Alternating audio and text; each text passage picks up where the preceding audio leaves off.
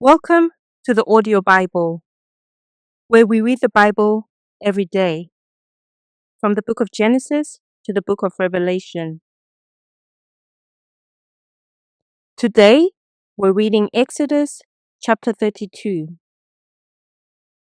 Now, when the people saw that Moses delayed coming down from the mountain, the people gathered together to Aaron and said to him, "Come, make us gods that shall go before us. For as for this Moses, the man who brought us up out of the land of Egypt, we do not know what has become of him." And Aaron said to them, "Break off the golden earrings which are in the ears of your wives, your sons, and your daughters, and bring them to me." So all the people broke off the golden earrings which were in their ears and brought them to Aaron. And he received the gold from their hand, and he fashioned it with an engraving tool and made a golden calf. Then they said, "This is your God, O Israel, that brought you out of the land of Egypt." So when Aaron saw it, he built an altar before it. And Aaron made a proclamation and said, "Tomorrow is a feast to the Lord." Then they rose early on the next day, offered burnt offerings, and brought peace offerings, and the people sat down to eat and drink and rose up to play. And the Lord said to Moses, "Go, get down, for your people whom you brought out of the land of Egypt have corrupted themselves. They have turned aside quickly out of the way which I commanded them. They have made themselves a golden calf and worshipped it and sacrificed to it and said, 'This is your God, O Israel, that brought you out of the land of Egypt.'" And the Lord said to Moses, "I have seen this people, and indeed it is a stiff-necked people. Now therefore, let me alone, that my wrath may burn hot against them, and I may consume them, and I will make of you a great nation." Then Moses pleaded with the Lord his God and said, "Lord, why does your wrath burn hot against your people, whom you have brought out of the land of Egypt with great power and with a mighty hand?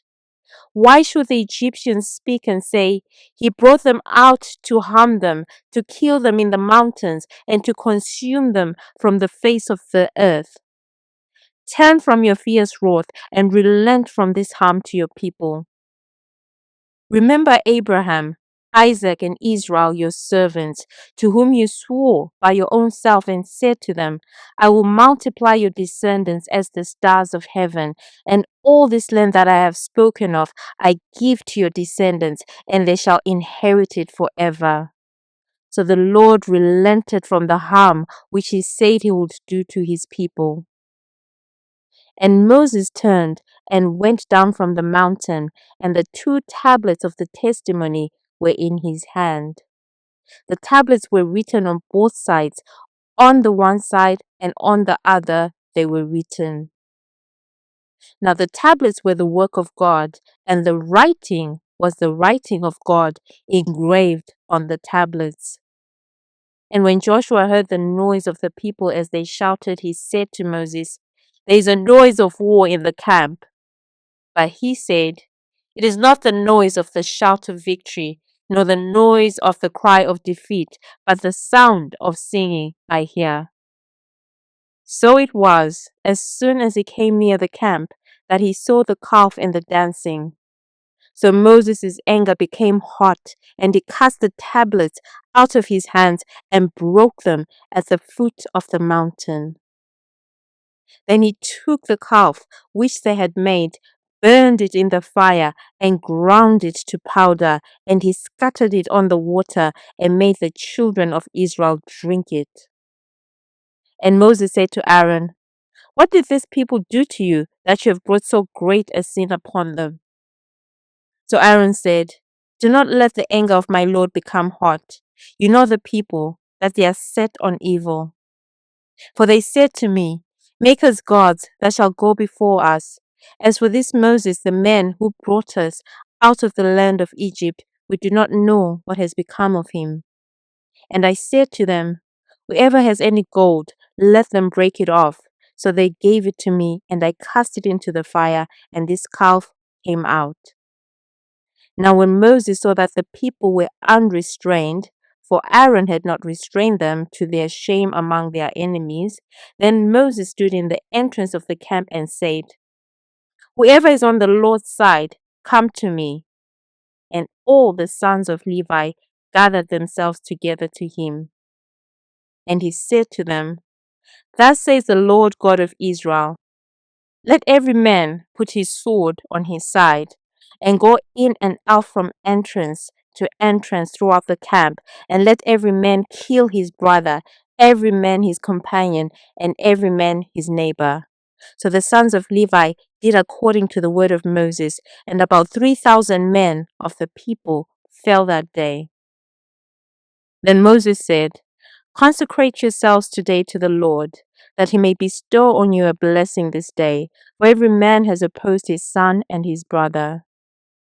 Now it came to pass on the next day that Moses said to the people, "You have committed a great sin.